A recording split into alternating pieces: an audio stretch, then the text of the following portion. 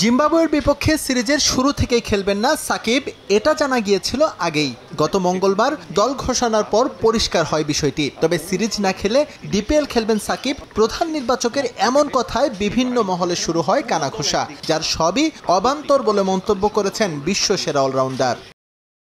Zimbabwe সিরিজে অবশ্যই খেলবো। দেশে হয়তো এ নিয়ে একটা কনফিউশন চলছে।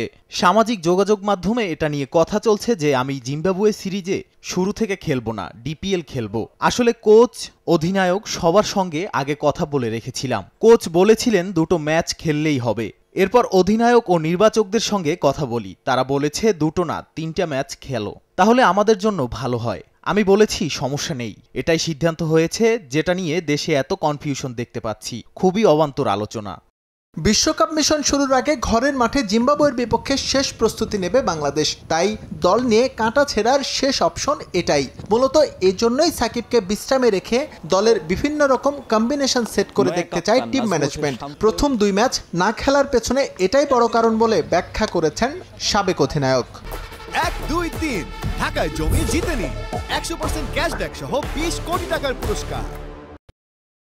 আমেরিকা থাকলে ফেসবুকে বেশি সময় কাটানো হয়, দেশে থাকলে সময় পাই না। সামাজিক যোগাযোগ মাধ্যমে এসব দেখলে আমার একটু হাসিই পায়। মানুষ যে কত রকম চিন্তা করতে পারে, যা হয়েছে বিসিবি আর আমার মধ্যে আলোচনা করেই হয়েছে।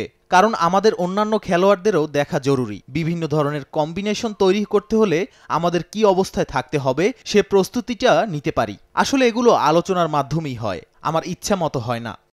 হতে পারে বাংলাদেশের জার্সিতে এটাই সাকিবের শেষ টি-20 বিশ্বকাপ, তাই চলে আসে প্রত্যাশার বিষয়টিও। যুক্তরাষ্ট্রে কেমন করতে পারে বাংলাদেশ, সেই প্রশ্নে সাকিব বড় স্বপ্ন না দেখালেও ভালো করার সম্ভাবনা একেবারে উড়িয়ে দেননি।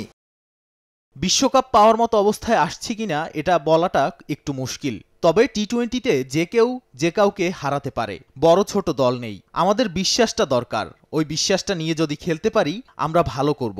ট্রফি জিততে পারবো কি পারবো না তা জানি না, তবে আমাদের ভালো কিছুর সম্ভাবনা আছে।